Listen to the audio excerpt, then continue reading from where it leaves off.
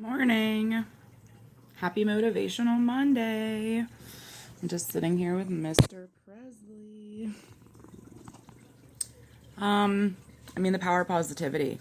That's really just, it's so important, and it's going to be what gets you through every single day. I deal with bipolar disorder, and my brain is constantly telling me things that might not be completely true, and I have to deal with a lot of self-talk, and positivity is like the main survival tool, really. And it sucks because it's really hard to be positive, especially when your brain is telling you something that you know isn't true and you don't want to believe it, but like it's so persistent that you can't help but believe it. So then you become this crazy person and you just talk to yourself all positively and optimistically and just, I don't know, you hope for the best. So, I'm just going to challenge you every single week to work on being positive, counteract all those negative thoughts and ideas with positivity. And, positive manifestation is a huge thing. The more positive you are, the better your life will become and the more, good things that you'll get in your life. But trust me, I know it's hard. I know it's so hard, especially being bipolar and not being on man-made psych meds and just taking vitamins and stuff. And obviously, like, the PTSD doesn't help at all. And, yeah, like, the struggle is real. Every freaking day, the struggle is real. And I don't understand how certain people are still even a part of my life.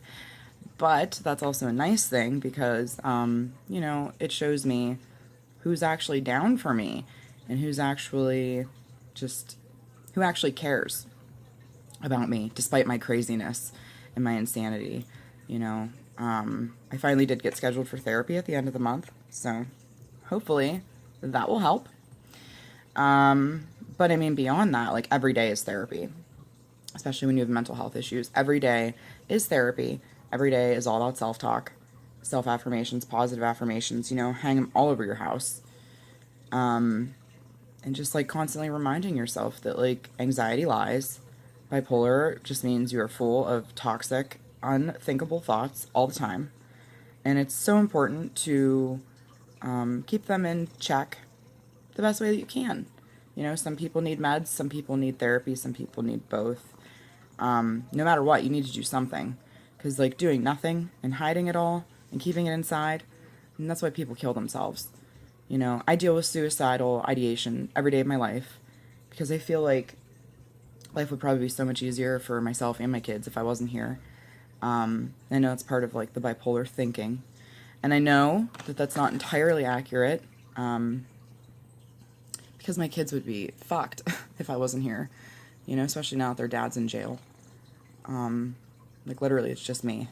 So, like, I have to keep it together. Even on days where, like, I just want to hide and cry. Like, yesterday was really rough, Father's Day. I haven't talked to my family in, like, 3 years, and, yesterday was just a lot of flashbacks where my dad, like, tried to kill me and stuff. And also thinking about the fact that my kids don't have a dad now because he's in jail. And it's not really like he was a great dad. He was a good dad, but at the end there, he wasn't. And I should be grateful, but still, like, those days, they affect me. The holidays, they're just bad. It's gonna happen. It's just gonna happen. And the only way to survive that is by being positive, and by, like, throwing myself into my kids and just throwing myself into people that actually care about me and love me, despite all of this crazy fucking shit that I deal with all the time. It's hard. It's definitely hard.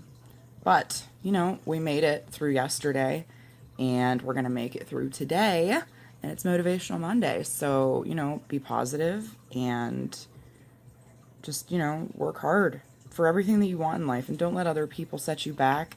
Don't let other people, put you down and tell you that you aren't capable of something, because this is your life and you're fucking capable of everything and anything that you want to do, and sometimes, we are the ones that hold ourselves back, You know, I know that I'm my own worst enemy. Every single day, I'm like, why are you running a business? It's not even that successful. People don't really like you. You don't really know what you're doing. Why are you writing a book? Nobody really wants to hear your story. But I mean, I know that's not true because people ask me about my story almost every day of my life. Some people have switched out their entire houses to Russ Knock Naturals products. You know, I mean, I know I tell myself I'm not a good mom, all these other things. Like, I know those things are not true. And even if I'm not the best mom, like, I'm trying. I'm doing okay. My kids are alive. You know, it's been 9 weeks now since my husband went to jail. And it has not been easy. And we're stuck in this house and we're stuck in Elwood. And it's totally taxing on all of us in so many different ways. And I just really look forward to being out of here. And that, you know, and the other big thing is to know that, like, where you're at right now is temporary, you know, and that's all life really is a bunch of, like, being in temporary moments and accepting that it's just part of your journey, you know. And anytime something crazy happens, like, what can you do to learn from it? What is there to gain from it? You know, like, I just got out of a really abusive marriage.